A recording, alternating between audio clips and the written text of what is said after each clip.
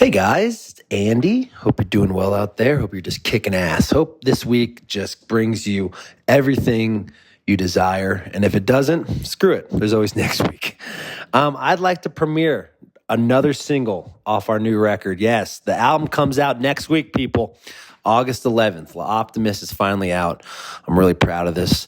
And it's suiting that we have this song released this week because we have 10th Mountain Division on the show. And Andrew Cooney, the bass player at 10th Mountain Division, wrote this song with me. He actually brought this song to attention as an old song of his. And we changed it up, changed some lyrics, changed some vibes to make it feel, like a Frasco love song. And been writing with Andrew ever since. He's a great writer. So this song's called Everything Bagel.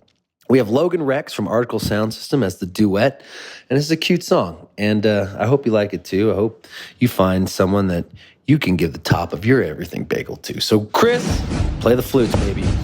I'd like to bring another world premiere of Andy Frasco The U.N song, Hot, of The Optimist, that comes out August 11th. This song is called Everything Bagel.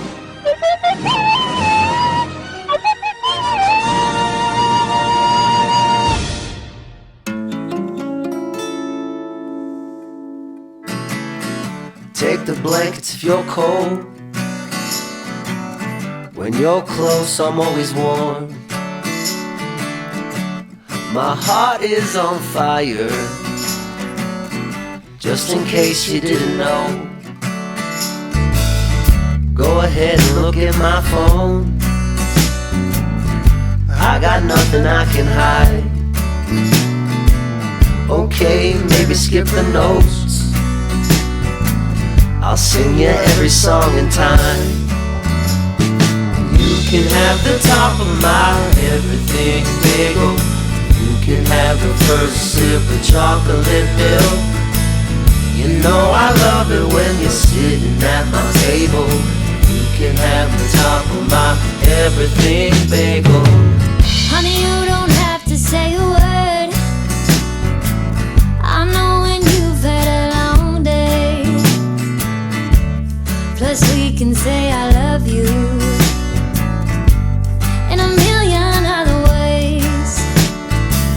I'll bring you smokes when you're hungover, fried from a night out on the town. I got everything I need. I'm talking about you, baby, can't you see?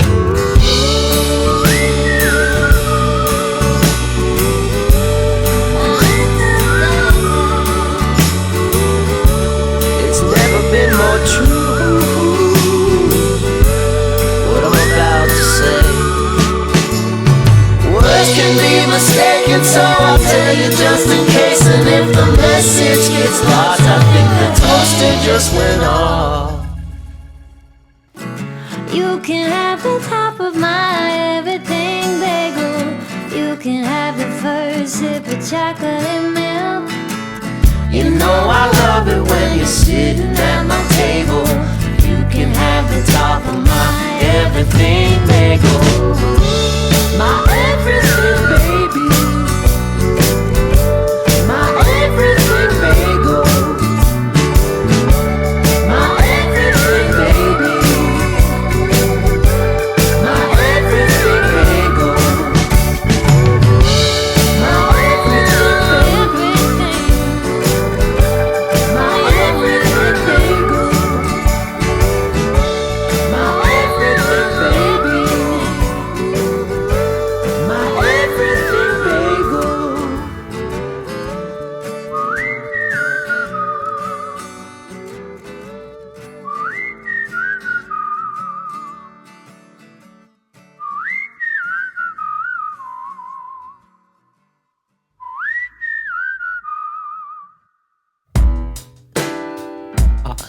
Everything isn't equal. Oh, you're such a dick. Ready? Yeah, but it's fine. All right, and Ooh, we're that back. Andy Frasco, the world saving Sympactico, as you would pasta. say. No, it's simpatico. I know, I'm making fun of you again. Uh-huh. Anyway, go back to your... Hi, guys. It's Andy. Hello, Andy. Look at your foot. It's so wide. I got the weirdest, grossest feet. Your feet are not fit. I can't believe how many people love my feet. You might want to just hit the audio this week, guys. Volume.com. Andy Frasco's World Saving Podcast. I'm Andy Frasco. How's our heads? How's our minds? We staying out of trouble? Or we just sometimes like just want to change it up a little bit? Like our guy over here, Mr. Nathaniel Rateliff over here. I'm trying to learn how to write songs. I'm trying to write lyrics. You look like you're going to gamble at a horse racing place. No, these are too nice of sunglasses, I think, for that. For all our audio listeners, Nick is wearing sunglasses inside. Those are really cool, though. I'm kind of getting into wearing sunglasses inside. It fits me. I don't know. I can pull it off. I really like this button down you're wearing, too. It's flannel. It's cute. And then you're wearing this fucking folk singer hat. I'm dressing like the bands you like, so you like me more. And I'm trying to learn how to write more lyrics. Anyways, I'm not going to ask Andy for a raise or anything, but this hat was $900. So if you want to head over to my website and buy my book or just drop a donation in there, you can. Just put hat in the memo. Do you really think you deserve a raise? No. If I did, I wouldn't ask. Here's your I only do bits. No, here's your chance. I don't want to raise. Here's your chance. You want a raise? I want you to promote why you need a raise. I don't want to raise. Why not? A raise will come to me when I deserve it. That's how raises work. I wish everyone had that same philosophy. And if you need me to sign anything on here, raises will. Yeah, you actually said. You never ask. That's why you don't ask. Well, the last raise I got, I didn't ask. You don't ask for raises. Well, there are some situations where you can. If you if you're in a business, and this ain't Walmart. Exactly. We're in a band. No, we're not in a band. We're in a podcast. But I get it. But I know now you're not yelling at me. You're yelling at someone else. But my other thing with the race thing is there are some situations. It's hard in music, but if you work for a company and you just brokered a huge deal, or you made everything better, you're making them more money in a tangible way that you can show. I mean, to be honest, with your new look right now, I feel like I need a raise. I feel like a man who needs a raise. Should I get this guy into a 2-bedroom apartment? How's it going, Nick? It's going great, actually. I feel feeling good today. Yeah, I'm coming back from the weed dinner. I'm on tour. I leave on tour. Yeah, with 10th Mountain. Yeah. Vision. Yeah, it's going to be cool. We have them on the show, actually. I want everyone to know about our openers. So we have 10th Mountain Division on the show. An up-and-coming band from Denver, Colorado. I'm trying to promote, now that the podcast has, some fans, regardless of who the guests are, I'm going to try to bring some newer bands into... smaller bands into the podcast space and try to give them some love. Producers too. I got one. He's got an album coming out. Drew Birch. Oh, Drew for sure. You guys got to know about Recess. Plus, it's coming out next month. We did a lot of great interviews this week. We did Maddie O'Neill, Madeleine. She's one of my besties. Sashir. Not one of my besties, but I have a deep respect. We for got her. the girl who was on SNL. That's her. Yeah, she's a badass and director and. I don't know. She's not a director. She's a writer. She could be. If she wanted. She's doing stand-up. She probably will be someday. She's so funny. She's very multi-talented, very intelligent. That was a great interview. And then we did a co-podcast with Chris Pandolfi. Oh, He's actually. I really haven't seen him in person. Really, I thought you were I have. I played a show with him. Yeah, but I didn't have 2 hours with him and just look at his eyes and stuff. He's hot. He's a good-looking dude. We I didn't realize that. What's his face? The hot guy in the band. The hot guy. The 10. Andy Hall. There's 2 Andys, right? That's Andy why Falco. Confused. I didn't realize he was a short king. Yeah, Infamous String Dusters are low key all kind of hot. Yeah, they were, especially when you consider their bluegrass band. Yeah, I didn't realize, and I've totally forgot about Travis Book. That homie is hot as fuck. Which one's that? The bass player. Yeah. They all have great hair and they stand up straight and they look you and shake your dad's hand when they meet him. You know what I mean? We got a lot of great guests coming up, and we have stuff that. In the books, right? You got a couple lined up in the docket that we're trying to get scheduled. Yeah. Some big ones. Meghan Markle. Yeah. They're getting divorced. I called. Yeah, she needs all the promo. You did call that. I'm proud of you. You did that. That was a good one. Even my girlfriend was like, "You're right about a lot of stuff when you predict it." I was like, "Yes, I am." I'm the oracle. It's all those dialed-in gummies you eat. They do. They get you tapped into the vibrations of the royal family. It was really fun doing that dialed-in gummies weed dinner thing. The food was fire. Oh, my God. All the best chefs. I think we freaked out a couple of them. Yeah, I remember the one guy went on a 2-minute rant about how come none of you guys were fat, and he goes, "Okay, cool." At the very end. We were doing Chef's Kiss, where every time they made something great You were doing Chef's Kiss with Kip. I was kissing all the chefs, and it was awesome. And there were a couple hotties in there. Yeah, that one chef was hot. I like how they got, it was diverse. Yeah, they had like an Indian chef. guy, They had Vietnamese guy, and they had just some and then a regular white dude. Yeah, regular honky ass guy. We're diverse. Honkies can make food too. Yeah. We're diverse here in Denver, okay?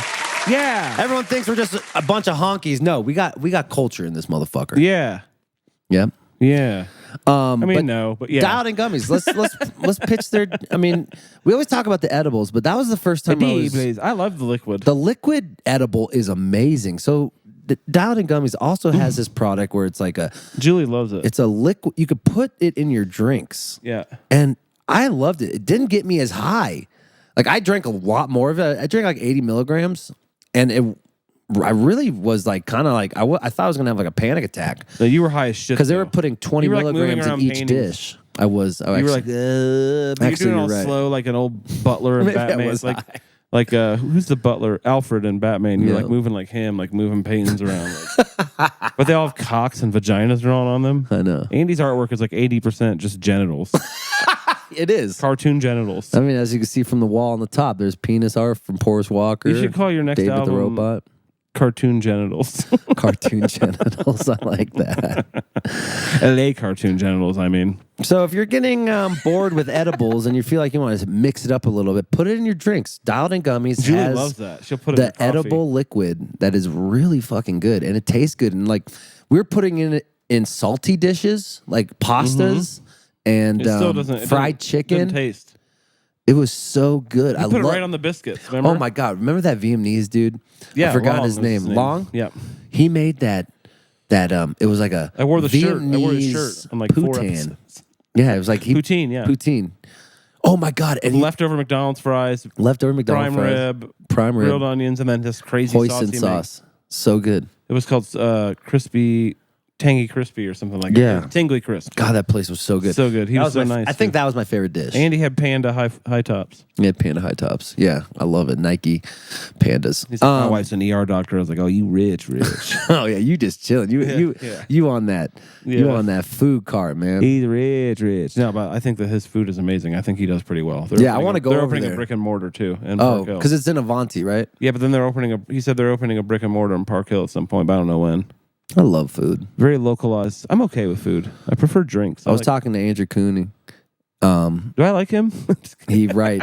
By the way, get it? Everything Bagel. Yeah, that was cute. Very inside. Everything Bagel. I hope you enjoy the new single, Everything Bagel. What's that? Andrew Cooney and I wrote that one. He wrote it and I helped produce it and then change up the format. I like how he is in the studio. What? I like how he is in the studio. He's the best. I've done a couple sessions with him you. He works well. I love him. He's like keeps it serious, but he's not like he'll tell you what to do, but he's not like I don't mind being told what to do because usually I'm on the performing side of it. Right. You have to tell me what to do in the right way, and he does it in the right way. We only have a couple more days, people. Of what? Until the record comes out. La Optimist comes out August 11th. Pre-save it. Come on. What does that translate to in English? Shut the fuck up. Hello, fucking. That was actually a pretty good joke. Yeah. That was a good one. I like this hat though. It's kind of growing on me. What? The hat's kind of growing on me. I really like it. I feel powerful. I honestly think it looks good. I think should it should play be your sax move. in this hat and just rip. You look like one of those like 1910 inspired musicians that live in 2023. So basically musicians, folk singers right now. Yeah. Yeah. But like saxophone. You should get some suspenders. No, I don't want to go that corny. I don't want to go like sarsaparilla with it. Yeah. I'm going more like cool, like I want to date your mom. I like that. So, guys, I hope you enjoyed Everything Bagel. What are you doing? We're really proud of it. I'm looking at my tour dates because we're going on tour with 10th Mountain Division, and tonight is the first night. We're in Durango, Colorado. Far away. Yeah. And then we're in Grand Junction, Colorado. Ooh. On the 2nd. Beautiful. The 3rd, we're in Boulder, Colorado, opening for Grace Potter. I'm excited for that. At the Fox Theater. No, she's just doing it's like a radio conference. Oh. So it's mostly for radio people, but it is open for the public. Oh, it's a soft ticket kind of thing? Soft ticket. So if you guys want to come see me in Boulder, we're only playing 30 minutes. Oh. Then August 4th, I can't wait to go back to Steamboat Springs, Colorado. That's my That's going to favorite be mountain fucking town. awesome. I love Steamboat. Cowboys, baby. Then August 5th, we're in Telluride. Rich people. Rich people. Jazz. That show hasn't been selling so good. So Have you if ever been you to know any Telluride? rich people in Telluride, tell them to fucking Yeah, but they show up cough day up of a some lot. money. They show up day of a lot. Why are rich people the cheapest? They're not the cheapest, but they just know They're frugal. they can wait because they know even if the ticket price is $10 on the day of. You know what I realized? Bo, do you realize this too? Every rich town, our merch sales are shit. Really? They're because they wear nice clothes. They have like $100 t-shirts and shit. they don't want to They're not gonna fucking wear- Andy Frasco Like I smokes work at a mixed bank. t-shirt. I can't wear this penis. This is It's like the sales we do get though are like they're buying like 300-400. Yeah. So like That's what the I'm people saying. who buy Yeah, are yeah. buying like They're like, $300-400 I can't worth wear of this shit. anywhere. I go to church. Yeah. August 6th, we're in Aspen, Colorado. Belly up. That's almost sold I out. love Thank that you, place. Aspen. That's the first time we're going to sell out Great Aspen. catering there. And then Friday, we fly to Wisconsin, Yuba, Wisconsin. What? Driftless Music Gardens. Oh wow, that sounds wow. For what? It's a Summerfest? festival. It's like everyone's on it. Leftover. Oh, it's like a jam bandy vibe. the jam bandy vibe, but it's all like kind of like it's like the bluegrass jam scene, and then the jam us. grass, and then you. and Sell then some August ticks, you know?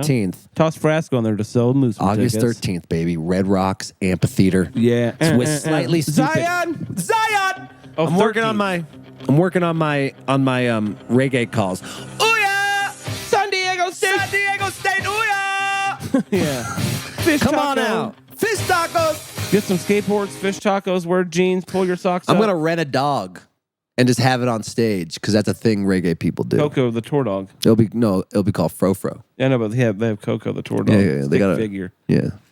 So guys, Slightly we are Stupid. opening for Slightly Stupid. It's a reggae show. I know a lot of my fans might not be into You guys might have taste. reggae, but watch me play a different type of show. I'm not going to really do a jam show. I'm going to do more. I'm Are you not? What are you going to do? Is it I going don't to be know. different, Andy? going to be different. Is it going to be a different show? I feel like I could play the slow songs. At Yeah, reggae you can play the slow concerts. songs for sure. You can sing your little heart out. I'm gonna sing my little it'll heart still be out. light out.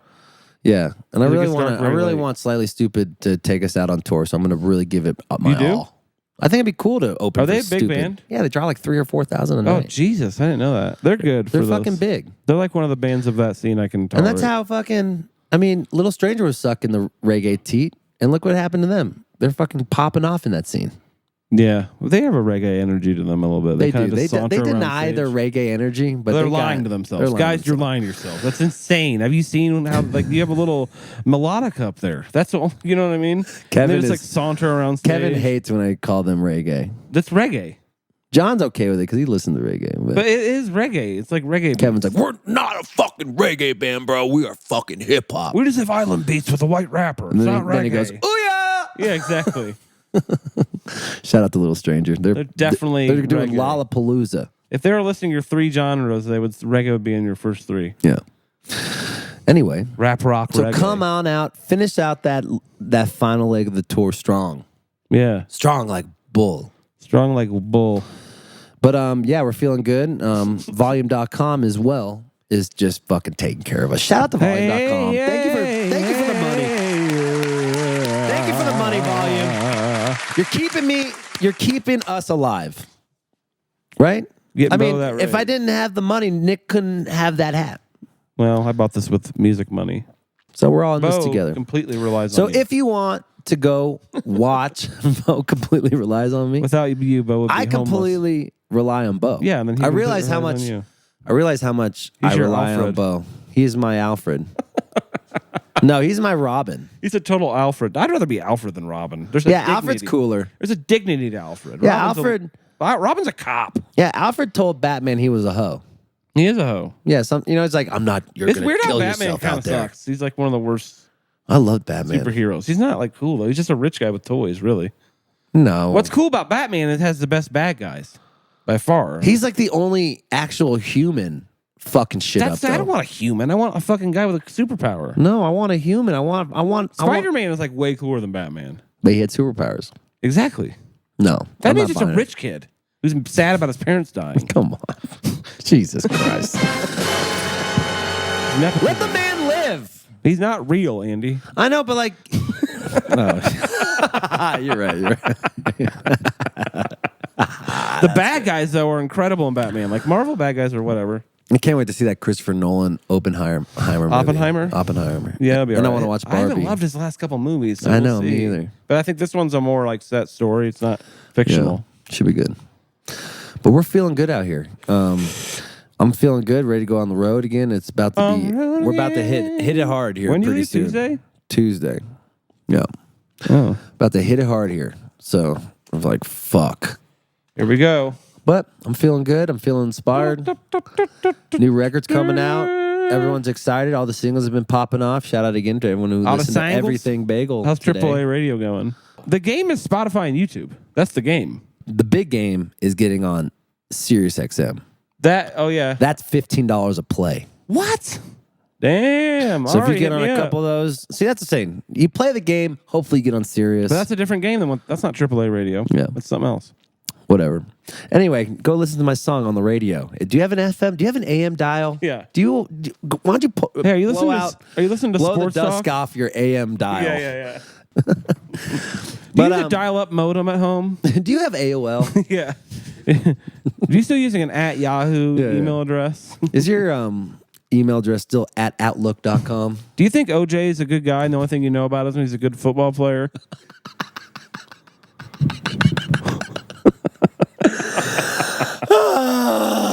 9/11 something.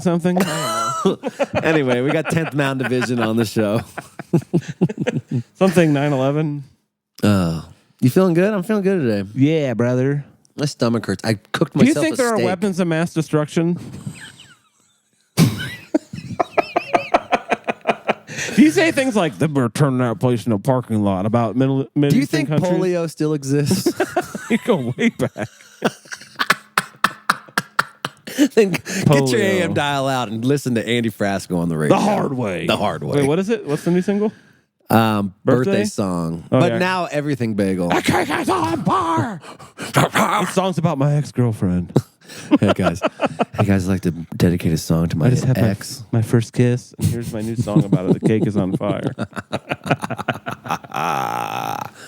Woo! So we're gonna have a great week, right? We're feeling good, guys. If you have any pressure from your boss, or Do you think Bill Cosby's America's dad?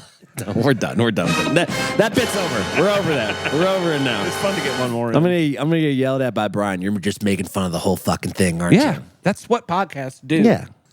No one's ever gonna. Woo! I'm never getting booked for anything ever. I'm again for the rest never- of my I'm- life. You dude. are because you're good. It's over for me.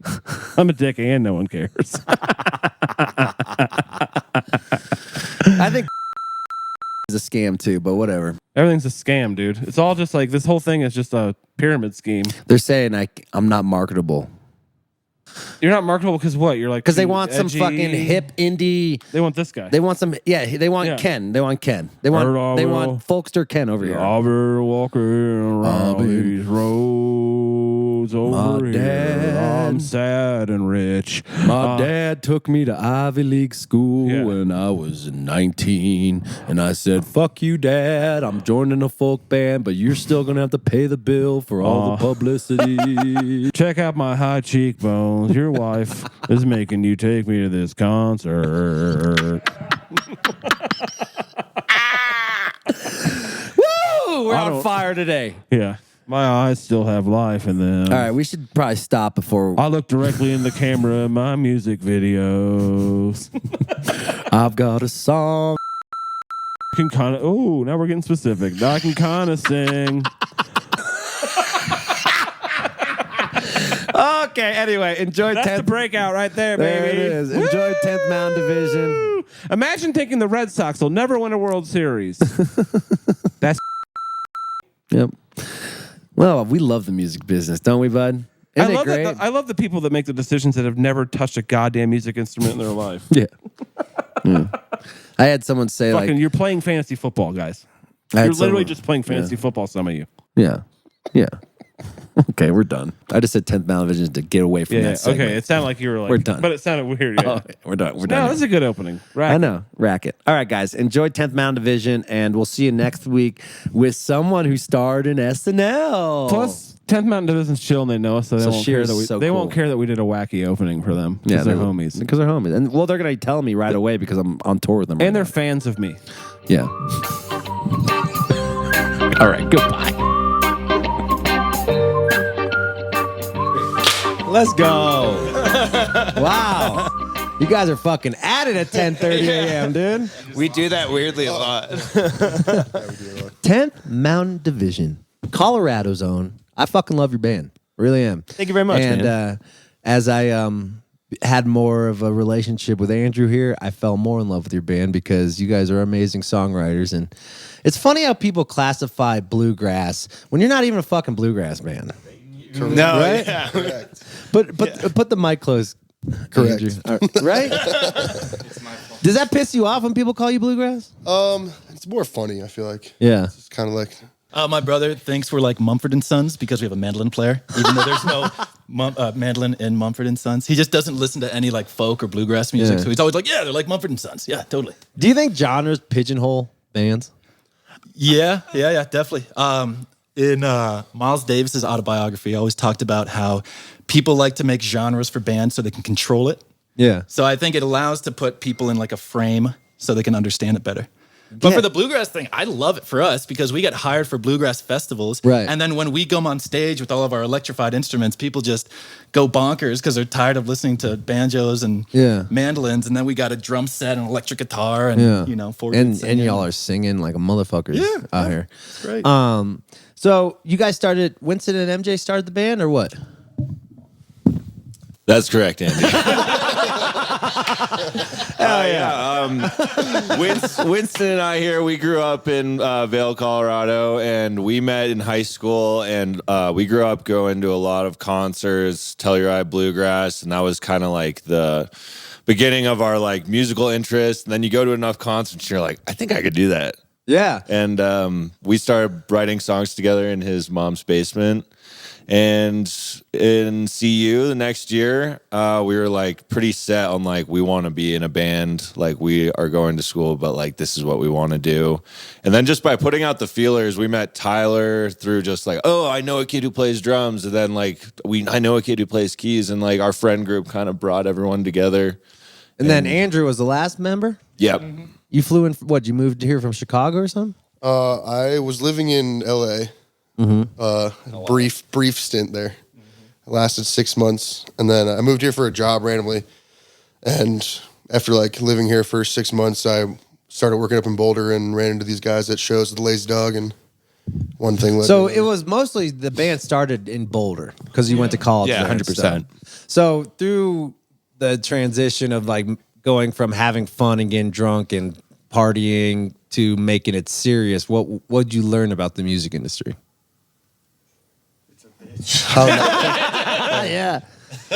definitely learn from your mistakes. That's Oh, for yeah, sure. for sure. You learn what not to do and how not to do it first. Yeah. At the same time, I mean, I think a lot of our success has come because we were able to start at CU with like a big friend base that you know from all over the country, and then when everyone graduates, they spread out, and that's given us a lot of opportunities.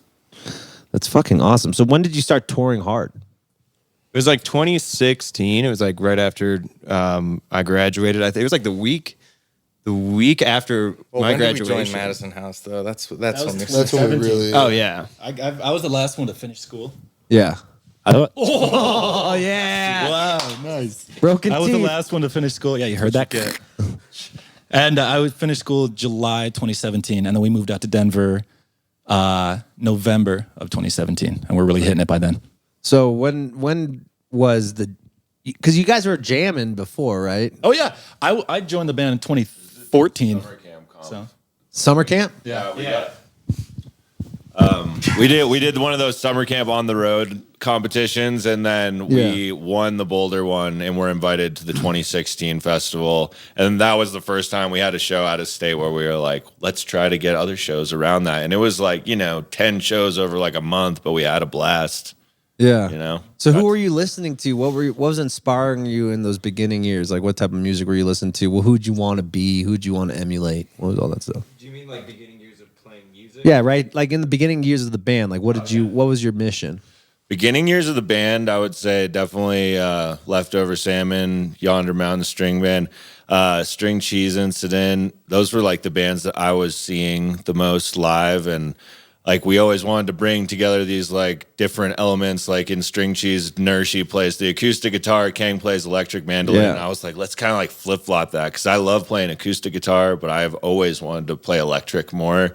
Then Winston has his acoustic, but he also has a Rano mandolin, which is the same build as Kang's, and like just trying to bring together these different elements, like Salmon with like the crank neck speed plus rock elements, like because that's like I love AC/DC, but I also like Bill Monroe, and I was getting to know all those different bands at the time. That's fucking badass. So, Oh, I was gonna say, like, when I joined the band, I really wasn't like too much into jam bands, or even like where I grew up in New England, so like bluegrass didn't really exist out there. Yeah. So I kind of through these guys was introduced to it, and like it was kind of fresh in my mind and stuff. So I kind of was able to experience it like for the first time through these dudes. So it kind of was a nice experience with that. yeah, and I'm you know, like it was nice that you said Yonder and Leftover. I mean, Vince is such a staple for, you know, understanding beautiful lyrics and throwing a show. And then on the other side of it, I mean, it seems like Jeff Austin is a big, important influence in your guys' band. And, you know, hearing Burning Heart, is that dedicated to Jeff Austin? It feels like it's about his life a little bit. Yeah, it was something I wrote a few weeks after he passed. And Jeff was the reason I picked up the mandolin. And I think it was one of the first shows I ever saw was Red Rocks 2012, 2010. What did you Yonder. see in him that was so important in the growth of your musical career? Just the way that he would open up to the fans on stage. Like, Yeah. there was no wall in between him and the fans, and his passion towards the music. And that definitely drove us for a while with the bluegrass scene. And, you know, that might be a big reason why people call us a bluegrass band, is that it's kind of our roots a little bit. Right. Yeah, it's all we've talked about since. Yeah, since we got here.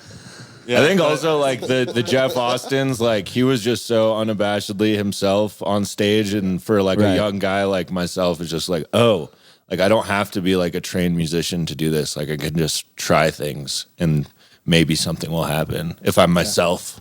What similarities did you see in the passing of Jeff Austin versus the passing of your father when you were 15? Well, really not much. I mean, other than it's just like a huge death of a mentor, you know, because we were lucky enough to open for Jeff a few times, and he was always so cool and badass when we, even just like a young band, he didn't really have to spend time with us, and he did. But I didn't really know him that well. So really the biggest similarity is just someone that you really look up to, losing them at a young age. It was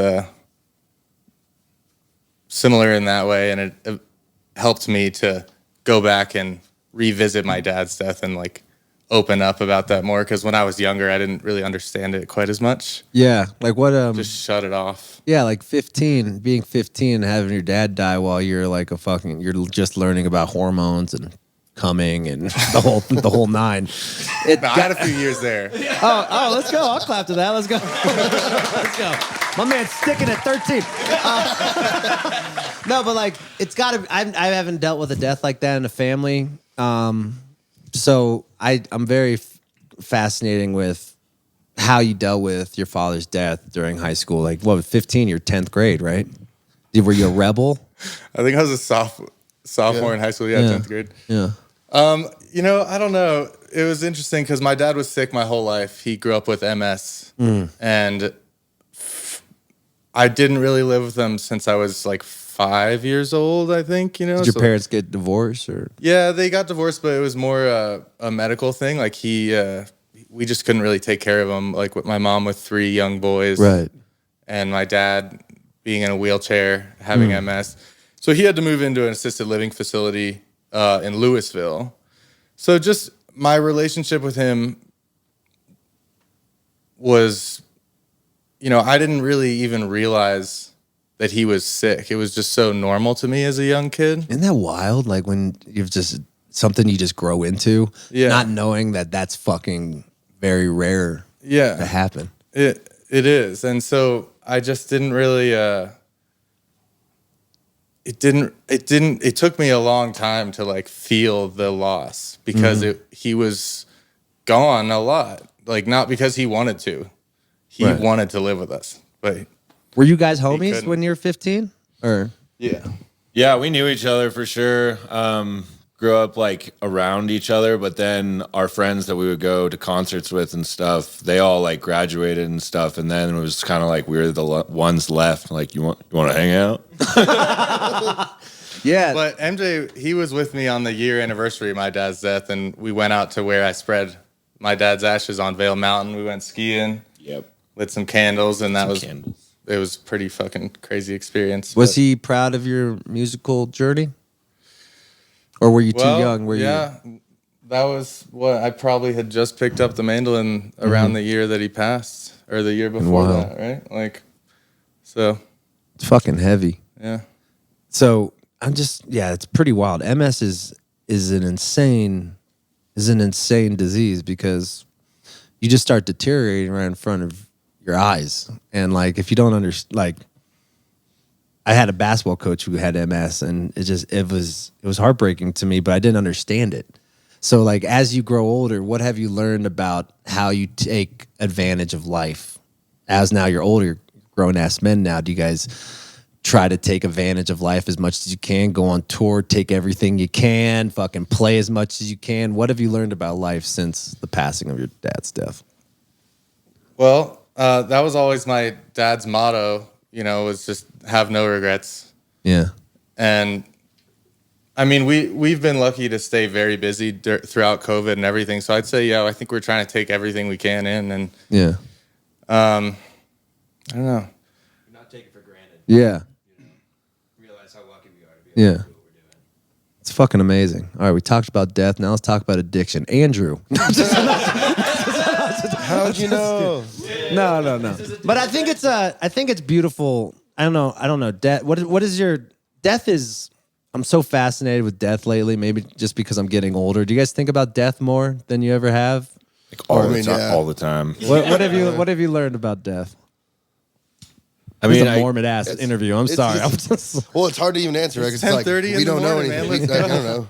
We don't know anything about it. Like it just brings up the finite nature of life, like meaning. Like we all want to like have a sense of meaning, or like that we live our lives for like a purpose, and then it kind of brings up that question of what is the purpose? Do I have a purpose? And then when people do experience loss and things of that nature, you feel the wake of that.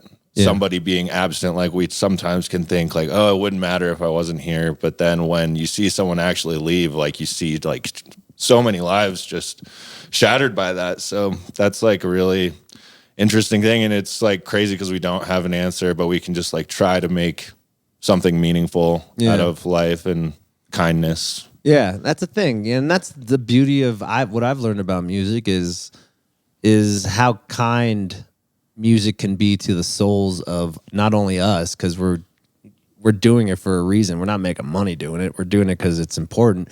And to the fans you're playing these vulnerable songs. I mean, your songs are very vulnerable. Who writes most of the lyrics? Pretty spread out. Yeah.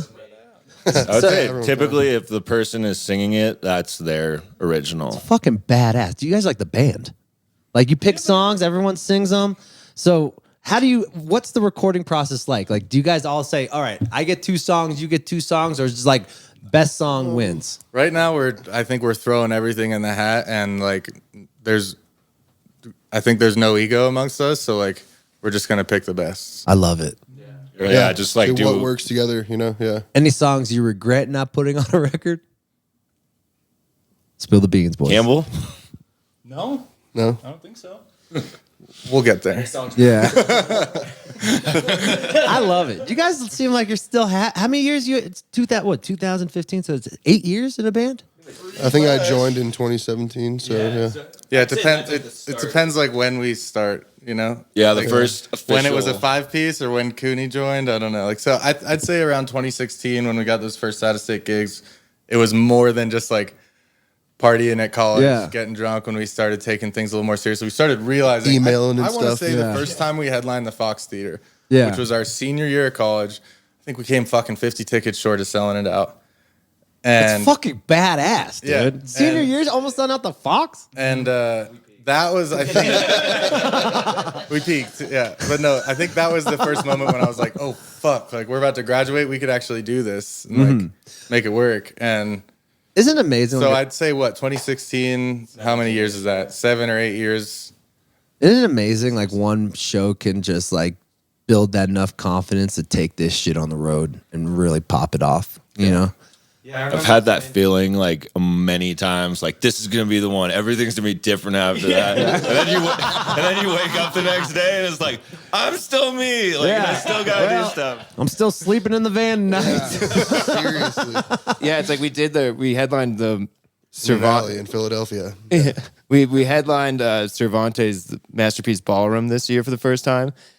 And it was like, over 1,000 people there. It was wild. And and we're like, we made it. We did. This is sick. And then we played Cheyenne, Wyoming. And there was like 6 let's people say, in there. yeah, I would say. And I was like, okay, we still got some work to do. Those people love that show. Oh, dude. They Come were, on. very, and super cool venue. There was more people in the crowd than on stage. That's Yeah. the rule. I mean, It's so funny how everyone you see the growing pains of a band, but everyone just sees like the great stuff. Not the stuff that makes you guys more like brothers. Do you have any stories that you felt that your brotherhood grew as a band through a show, through a fucking snowstorm? Yeah. Through, Oh, yeah. Dorothy? What the do you bus got? breaking down in like Baton Rouge area. Oh, my God. Who wants to tell that story? I don't know.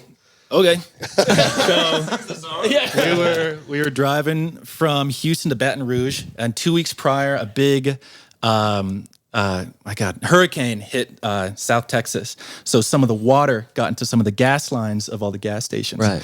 So we filled up the bus. We're making our way to Baton Rouge on Interstate 10, which if you've driven Oh, on yeah, it, you it's know like it's 2 just roads. it's just a bridge over a Scary bayou. as There's no shoulder or anything.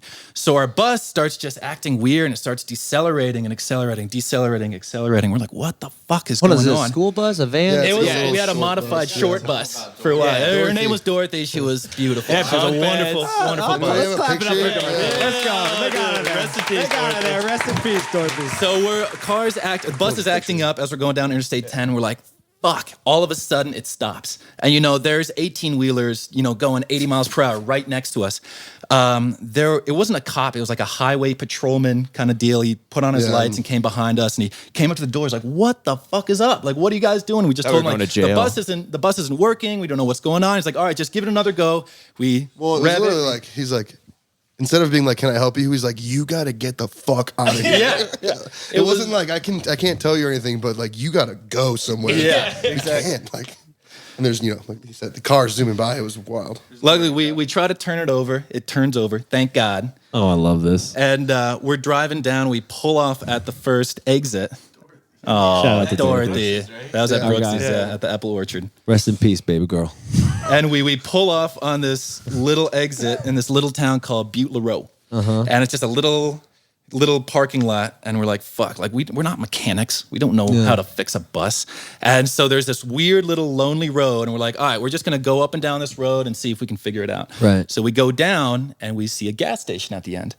And we drive into the gas station, we roll open the window, and we're like, hey, do you guys know how to work diesel? And these are some proper bayou boys. And Yeah. oh, we know how to do diesel. so dude, we oh yeah, like I feel like- 6 I feel like he generations was of a smoking family, and all dipping within at the 40 same years of time, like, itself. probably not, but No, it's in my head. He was smoking a red while working under the car. No, admit that. So we pop it open, and he goes, "This is a diesel, right?" We're like, "Yeah." And he's like, "Good, I can smoke my reds." And he fucking popped a cigarette in his mouth and is like, jacking things up. We spent like 3 or 4 hours in this little fucking gas station in Butte Probably LaRoe. longer than that. It was all day. I mean, They put ether canceled in the the show, air yeah. conditioner or in the air conditioner, which made the engine like explode and everything. We did That's crazy. all these things.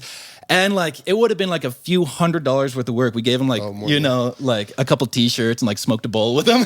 Gave him some tickets to the show.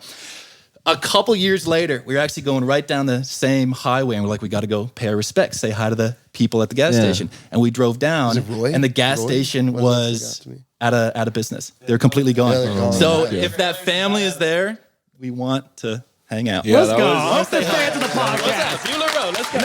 I think the big part about that though was that was the first time we were going out on the road for like 8 weeks, and that was like the third show in. So if we had not been helped by those people, we probably would have gone home and like perhaps given up. I don't know. Right. No, we would have been like, well, this is like the universe. Isn't it amazing how when you need help, the universe is on your back, on your side. Totally. Yeah, and not only that, but we had to get to a gig. Like, he fixed this up. He's like, all right, you get on your way. He's like, if you want to skip this gig, I'll install an air conditioner in that bus for you for free. And we were like, He's gonna cut the roof. we're like, open and boys, plop one in the ceiling. this might be worth it. Like, We'll be an hour late. Let's get this thing popping. I think we all were like, I think he They- stole this. they like gave us a couple 6-packs from the gas station and smoked a joint with us. We're like, you guys are the best people ever. Louisiana, there's something special about Louisiana. The music, the people, it's just so proper. Yeah. I wanted that How do freaking you air conditioning. how do you find the beauty in this life without thinking about the stress of being broke or stress of van? How do you keep your mind state eye on the prize? I think the only way that I'm able to do it is just to be able to separate it for just any amount of time. If you can just give yourself 30 minutes a day Right. to just not think about your stresses, I mean, maybe that's easier said than done, or maybe it's the other 11 and a half hours will overcome that. Right. But give yourself some time in a day to just be easy on yourself. Yeah. Yeah, I think it's like there's a level of it's a give and a take. Like anything you do in life, any life that's worth living is going to be hard. Right. So you kind of just recognize like there are difficult things. Money's tight, or you're tired, or you got to drive overnight, or stuff like that. But at the end of the day, we get a chance to do something that a lot of people wish they could do, even at any level. And so it's recognizing the gift you have at this life, but then also allowing yourself to be like, yeah, it is tough. Like not trying to lie to yourself, Right. Not being like, oh, tough it up, or like whatever. You get to, you get to be a musician. Like you shouldn't complain. It's like allow yourself to accept the stress and kind of process it and deal with it. I think that's a big part of it. Yeah. What do you think, Andrew? Well, like stress is like unavoidable, right? There's gonna be things that are. I always just try to think about things I can control versus what I can't control, and that's like that's what keeps me like in check. I feel like for myself. Yeah, and if maybe you quit, I'm not, if you quit, what the fuck y'all gonna do? You guys are Exactly. I've fucking left musicians. I You're ain't got no songwriters. place else to go. I know. I think I about got nowhere to go, Dewey. I need this shit. What the fuck else are you going to do? Yeah, it's like this is why we do it. This is why we hit the road hard, and this is why I low key love why your band's called 10th Mountain Division. Because weren't they like mountain warfare? Like what? Like they were a volunteer. They were like you had to volunteer, but you still had to like pass a test. Right. Like they were the most badass soldiers in World War II. it's Well, yeah, fucking it was during awesome. the draft. There was the only military division you couldn't be drafted to because you had to know how to ski or climb. Yeah, it's fucking. And like it But wasn't yeah, like yeah. some of the gear was like horrible. Yeah, so that They were using like pieces of fence. It's yeah, they trained right outside of where Winston and I grew up, and basically like everything you need to live and survive, plus ski and train to like fight Nazis on your skis. That's pretty badass. I'm gonna clap to that. That's fucking nuts. You're doing the same shit, boys. Instead of fighting Nazis, you're hoping Southern people will fix your vans. Goes around, comes around. I love it. Oh, I'm so curious about you guys grew up in Vail? Yeah. So tell me about this transition between, was it always like wealthy, richy, or was it really like a cool mountain town? I mean, Vail's cool now, So originally in 1963, it was just farmers and ranchers. Right. And Tony Seibert and Earl Eaton, two members of the original 10th Mountain Division, were on a training, what's it called? Survey. Mission, there you go. Training survey. And they found themselves at the very top of Vail Mountain. And then for a year, they bought a little cabin at the base of Vail, and they called it the Transmontane Gun Club. And it was a little hunting club. They got their friends together and bought enough money until they got enough money for a chairlift. Yeah. And then that's when they made the first lift. So like for a while there, I think, when did it go public? Like it didn't used to be so yuppie. Yeah. Yeah. Felt like it's I think, the I-70 thing was really big. I think the phenomena of ski popularity in the 80s with all the films and stuff just attracted a lot of money to it. For me personally, like my growing up experience there, I moved there when I was 6. I was born in Pittsburgh, but I went through K through 12 there. That's a great fucking city too. That's a great I fucking love city. Pittsburgh. Yeah, me too. Underrated place. Yeah, and it's so beautiful. Like When once you pop out of yeah, the the tunnel, river. it's oh my, right just there. like bam, Yeah. Pittsburgh. Like, oh fuck. That's wild. But for me, like minus the season and when there's a bunch of people in town, like it did have small town vibes. I knew like everyone knows somebody from your family through sports and stuff. Like our graduating class was like 150 kids, so it was pretty intimate. And on top of that, like it was a big party environment growing up from an early age. So a lot of like darkness as far as that. From an early age. I mean, let's just be honest. Like the partying thing, like it just gets to a point, and like we were introduced to some stuff early on. Like what? Like coke, acid, what? All of the above, yeah. You Did it name ever it. did it ever like take control of you, like addiction? Me personally, yeah. That's something I'm dealing with. I took a little hiatus from the band this summer and went What to happened? treatment. Oh, you went to rehab? Yeah. Oh, great. Yeah. Do you feel better? What'd you learn in rehab? I feel well. I mean, the first thing I know is that I don't know anything. Let's go. I'll clap to that. Let's go. Let's go. Yeah, I mean, I think it was some learning all these things at an early age. It was something like I always knew I drank differently than other people, and I'd tried to quit to varying degrees of success for like a year and a half, and then starting again, like a month here, a month there. And eventually it just became continuous to where it was like physically debilitating. Oh, man. And then, yeah, it was like time to go to Were a you an detox. asshole on the road? Because you were just, I mean, That's more anyone- up to you. He was struggling. I don't think he was an asshole. Put- Yeah, I think I'm more use that- plug that mic in. deprecating. I think that cord's fucked up. There you go. We in? Yeah, were you in? Yeah. He was struggling. He wasn't an asshole. But we Yeah. all know he's going through stuff. And Yeah. I just think I could have been a better version of myself, and I enjoy because I've been a music fan my whole life. Like that's my Right. drug of choice, and I at a point your creativity gets stifled when you use to that level, and I don't want that personally because it comes organically. I don't Right. need it from something else. Yeah, it's crazy. Sometimes we just get off the rail a little bit. But if you have brothers who are going to help you get you back on the rail, then that's why you're here. That's the best thing about being in a band, you know? Yeah, I mean- you're not doing this alone. you yeah, know? exactly. And going back to your question earlier, just about what we've learned through this process is, it's not really like one thing that we've learned, but just about the years that we've been able to stick it out. Right. And, we've Beautiful. overcome a lot of stuff and we're still together. It's fucking awesome, man. Anyone else had addiction problems? I thought Andrew would be the one that, being so quiet. Had a little Maybe not yet addressed, I guess. I don't know. I mean, I honestly do. I'm like addicted to food for sure. Like, Yeah. that is a stress thing I am that too. I turn to, and I mean, I'm a big guy. Like that's something that I really. But like, you're fucking hot, dude. You're a hot guy. haven't figured out how to like channel that yet. Yeah, let's get some claps. No, come on. Andrew, you're hot. Oh shucks. I see you rolling in there. I see you walking. Whenever you walk into the room, your hair, you go do a little hair flip. It's in my face. It's so annoying. You're like, no, we know what you're doing, do big it on guy. You, purpose. That's the only reason your hair's cut Honestly, like that. thinking about that, walking out of the grocery store today, I was like, the wind hit at the perfect time, and I was like, damn. man, why isn't somebody videotaping me? So, Maybe it's Maybelline. Ladies, if you're out there, Cooney's single, all right? Yeah. oh yeah, Cooney. Okay, hold on, ladies and gentlemen. Okay, let's do a public service don't need to do right this. now. TSA. Smooth music. Ladies and right gentlemen, yeah. Chris, cue the Luther Vandross.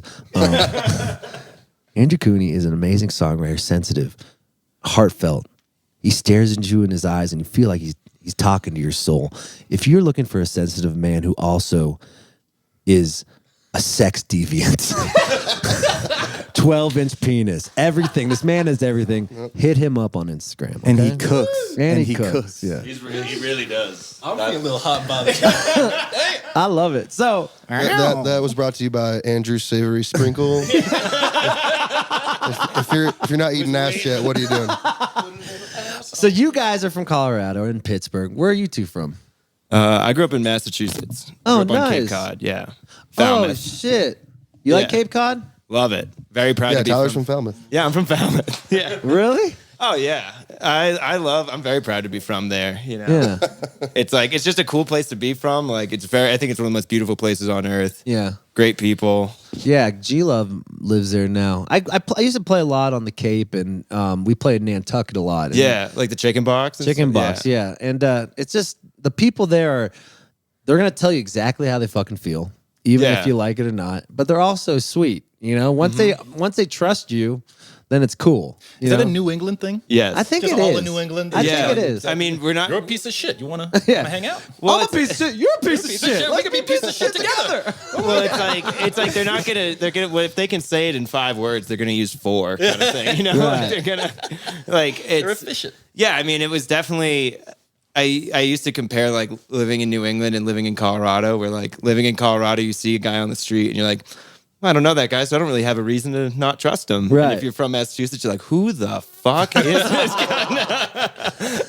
So why'd you decide to move to Colorado? I went to Boulder for school. I wanted to. My dad was really, and really for a good reason, was like insistent on like, you know, you're going to college, like you might as well go as far as you can, like newest environment, like really like challenge yourself. Yeah. And he had visited Boulder when he was in college, and he was like, you're gonna love it. Yeah. And so we went out, visited, got accepted, and went to school there, and it was pretty wild. Like my hometown was the population of the undergrad. Holy shit. Yeah.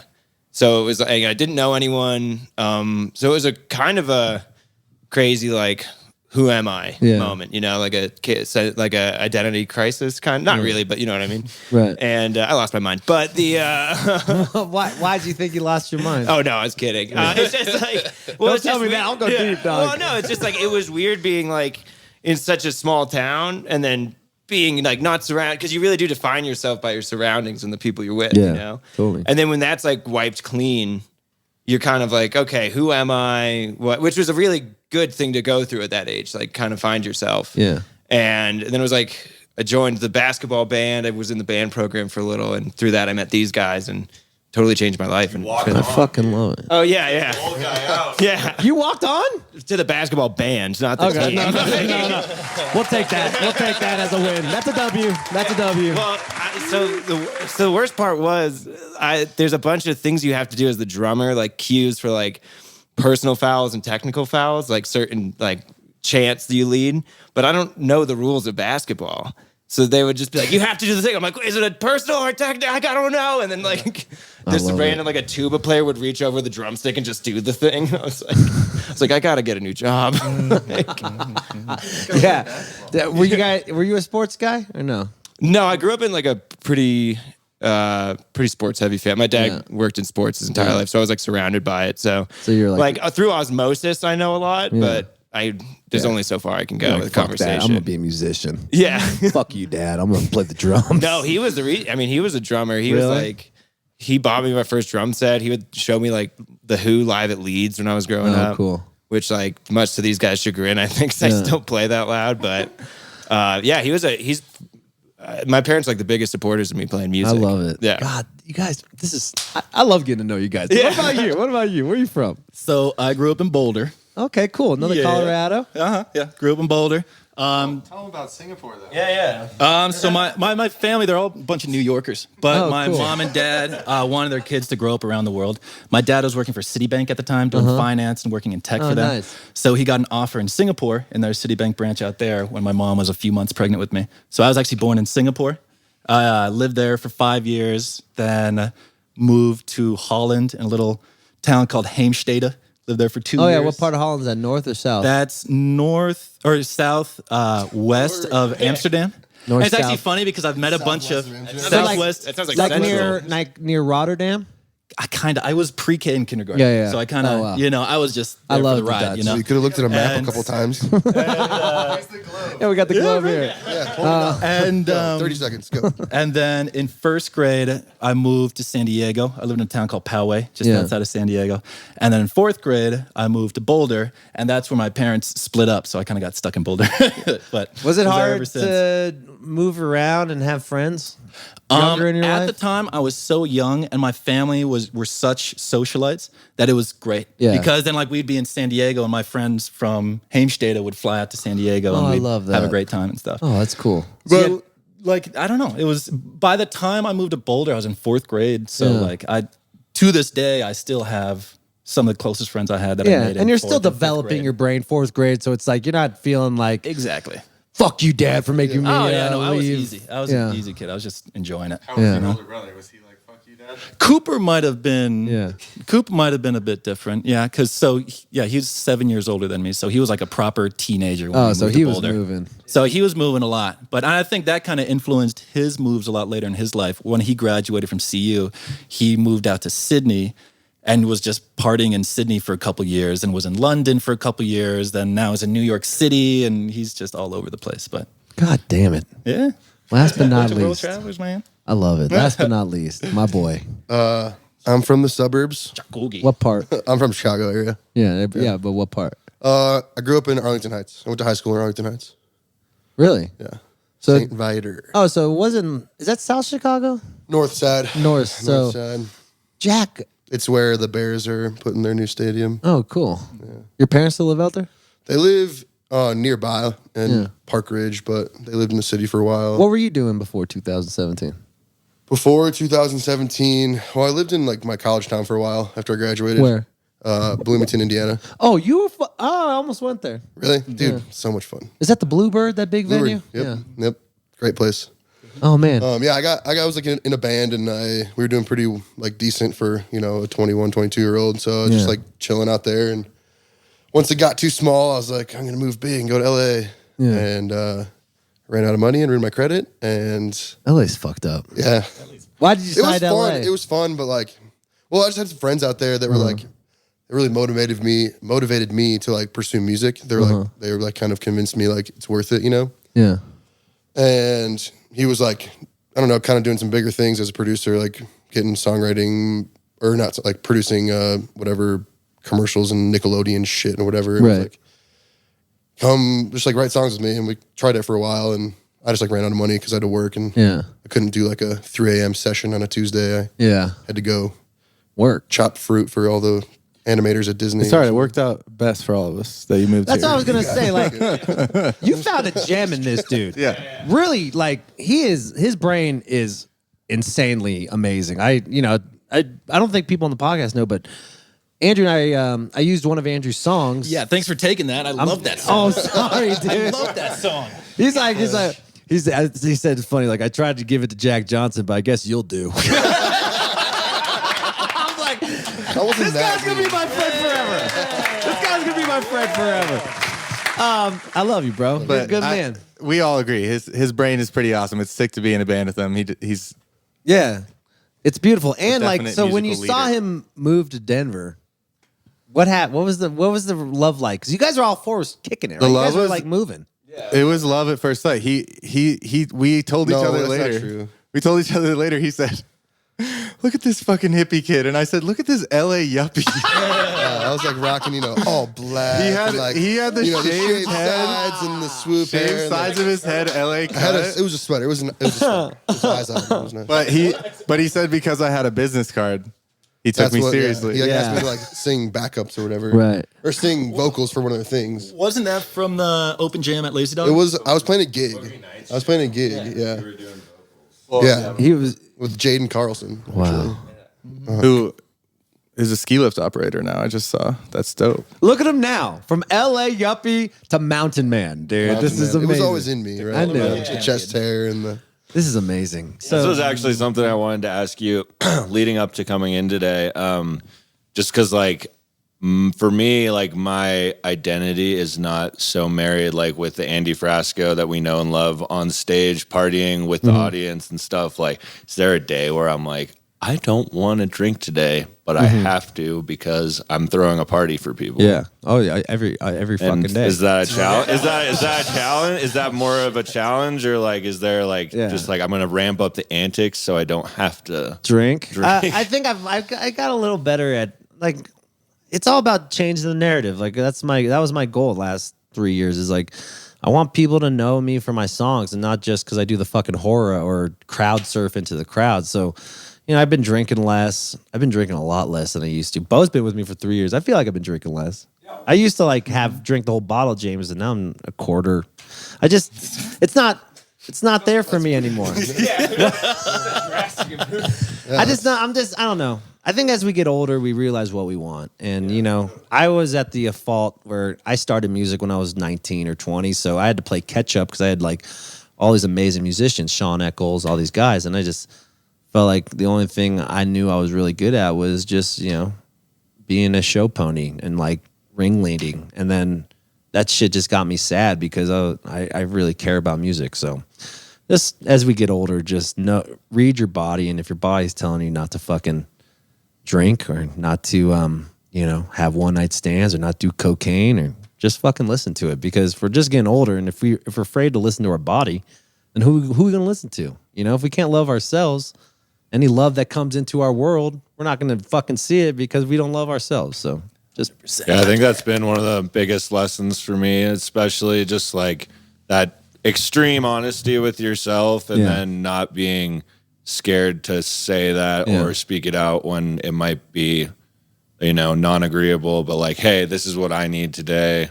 And for me, like, especially on days like today where it's a show, I just want to do whatever I can throughout the day so that when I walk on stage, I'm like as much of 100% I can be. It's not going to be every day. It's not going to be perfect, but I want to try. Yeah, our job is so weird because we prepare for 90 minutes of work the whole day. We drive 10 hours. We do all this bullshit to prepare for this 90 minutes. And if we're not in it, I don't know how you guys are, but when I feel I'm not present in the show day or the music, I just like fucking, I'm like, why am I doing this? You know, so we need to stay present and figure out what we love and, you know, and why we're doing it and not waste time. Cause like you said, you guys are busting your ass just to do these 90 minutes or like, I just heard you're going on tour with Pigeons. It's fucking awesome. Thank you. Yeah. Stoked. Tour. Yeah, whatever. 3 nights. Yeah. Whatever. We're calling it a fucking tour. No. Fuck it. Actually, let's hype this up. We're going on tour with We're Pigeons. going on tour with Pigeons. Everybody come out and see us. No, seriously. We immediately just start cutting ourselves down. Wait. No,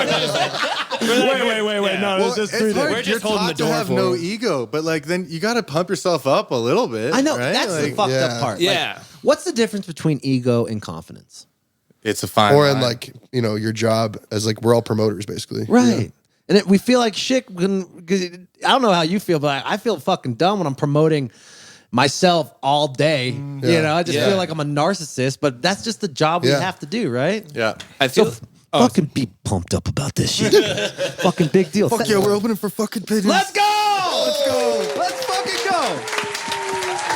1,000 people. Yeah. Doesn't matter. Exactly. Just go out there and fucking put your dicks out there and go give them hell. Even if it's for 10 people, even if it's for 1,000 people. I feel like Cooney's got a big dong. Does he have a big dong? Let's find out. Andrew Cooney. Are you familiar with the feeling of disappointment? Yeah.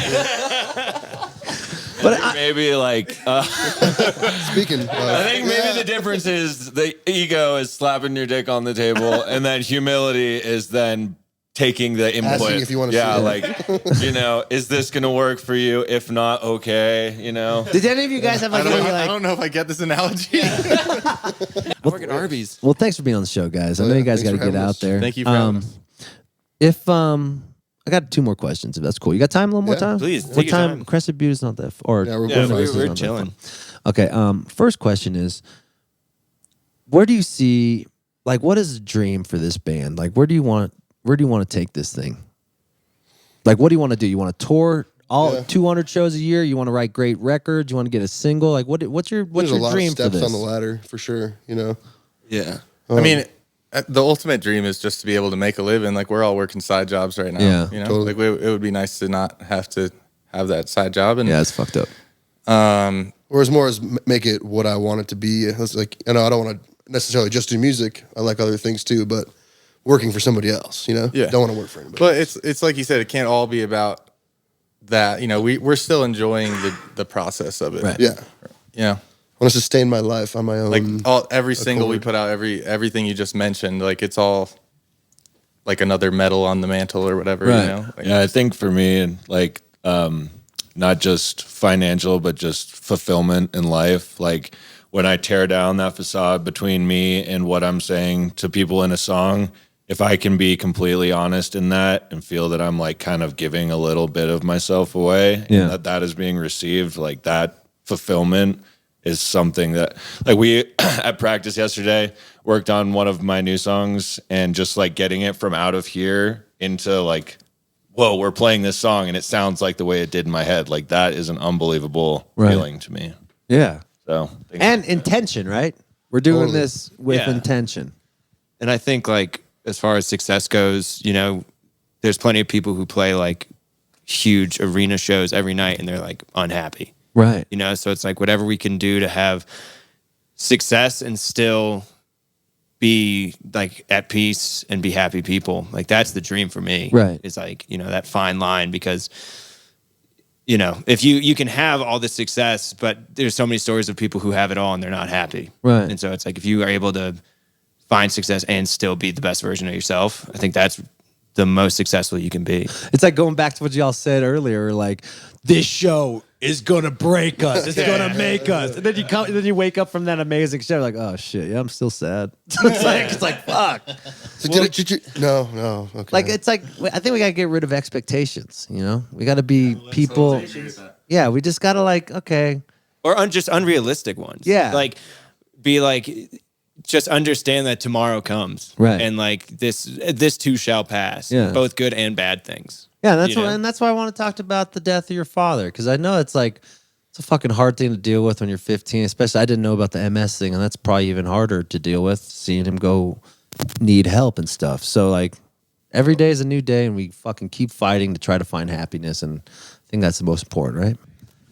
It was a difficult thing, but it changed me for the better. Yeah.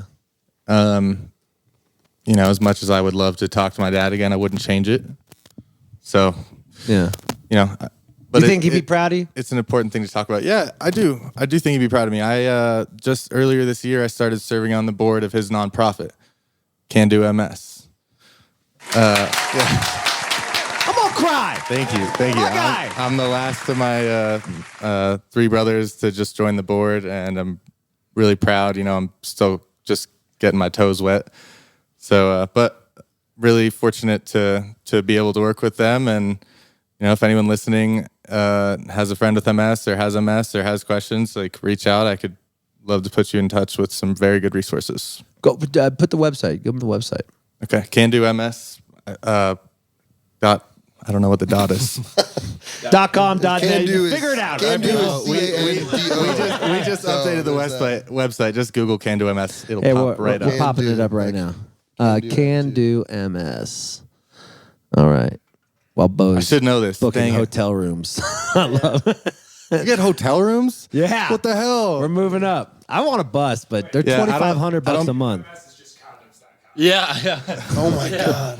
It's not a .com. Yeah, it spells condom. No, it's guys. Oh, not CA, but we'll find it. You clearly don't know how to spell. CANDO. Condoms in Australia. It's condoms from Boston. Get yourself some condoms. Get yourself some condoms, kid.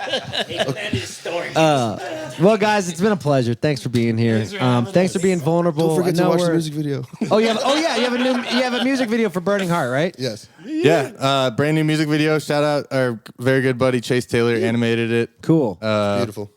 It's beautiful music video about my experience with Jeff's death. Wow, that was hard to say. Jeff's death. Yeah.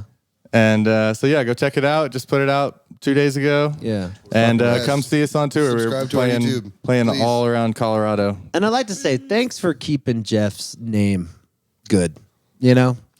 It's like as time goes on, we forget about these such important songwriters in our life, like Colonel Bruce, Jeff Austin, many more. Hopefully John Prine doesn't get not remembered, but Right, like yeah. as these other the songwriters get older and with their deaths. I just want to say thanks for keeping Jeff, because I know how important he is to a lot of people, and it's beautiful, man. Yeah. Yeah, thanks. Much love to Jeff. Yeah, And the shout out to Austin Jeff. family. Yeah, he's listening. What up, Well, Jeff? thank you, Andy. Appreciate you. Yeah, man. Have fun out thanks, there. dude. I got one last question, and then how I end the show. When it's all said and done, what does 10th Mountain Division want to be remembered by? That's the question. He's like, get the fuck out of here, boys. That could have been the more perfect Time has timing, yeah. come. But what do you guys want to be remembered by? The band as a whole. Yeah. I don't know. I really liked what MJ said about just like being able to be honest and put out how we feel about things, and if that can connect, I think that's Authenticity. yeah. Yeah, I think Authenticity is yeah, the goal. being a voice of Life. just like the non-fear. Like, I don't want to live my life in fear from like addictions, from relationships or anything. And if I can relate my issues with that through a song and make someone feel less alone, that would be my vision of success. Well, Like the way that those Jeff Austins made me feel less alone, Right. I want to do that for someone else. Totally. go give them hell, boys. Go fuck them up. Wear condoms.